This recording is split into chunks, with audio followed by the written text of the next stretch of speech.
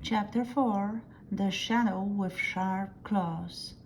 Now, what's the use? Pray tell me this, when all is said and done, 1,000 things and one to learn, and then forget the one. For when that one alone you need, and nothing else will do, what good are all the thousands then? I do not see, do you? Forgetting leads to more trouble than almost anything under the sun. Peter Rabbit knew this. Of course he knew it.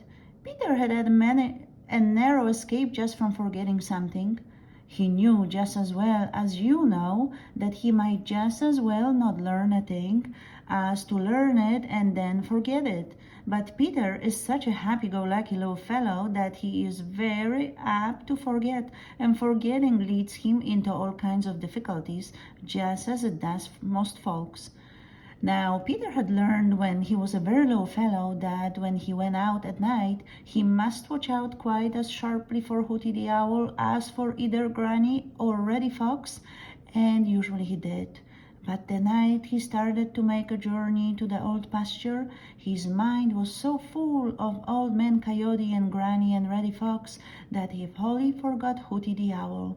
So as he scampered across the Green Meadows, lipperty, lip, as fast as he could go, with his long ears and his big eyes and his wobbly nose, and all watching out for danger on the ground, not once did he think that there might be danger from the sky above him. It was a moonlight night, and Peter was sharp enough to keep it in the shadows whenever he could. He would scamper as fast as he knew how from one shadow to another, and then sit down in the blackest part of each shadow to get his breath, and to look and listen, and so make sure that no one was following him. The nearer he got to the old pasture, the safer he felt from Old Man Coyote and Granny and Reddy Fox. When he scampered across the patches of moonshine, his heart didn't come up in his mouth the way it had at first. He grew bolder and bolder. Once or twice he stopped for a mouthful of sweet clover.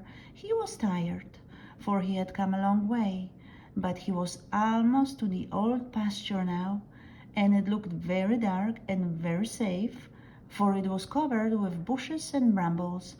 Plenty of hiding places there, thought Peter. It really looks as safe as the dear old briar patch. No one will ever think to look for me way off here. Just then he spied a patch of sweet clover out in the moonlight. His mouth began to water. I will just fill my stomach before I go into the old pasture, for there may not be any clover there, said Peter. You would better be careful, Peter Rabbit, said a wee warning voice inside him. Pooh, said Peter, there is nothing to be afraid of way up here.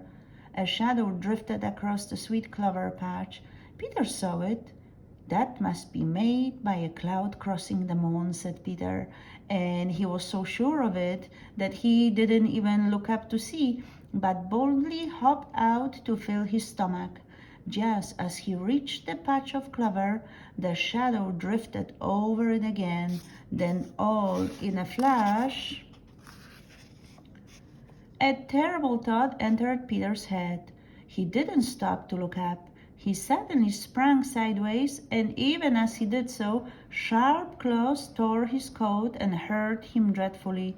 He twisted and dodged and jumped and turned his way and that way, and all the time the shadow followed him. Once again sharp claws tore his coat and made him squeal with pain. At last, when his breath was almost gone, he reached the edge of the old pasture and dived under a friendly old bramble bush. Oh, so Peter, I forgot all about Hooty the Owl. Besides, I didn't suppose he ever came up here, way up here. And here is the picture. He dodged and jumped, and all the time the shadow followed him.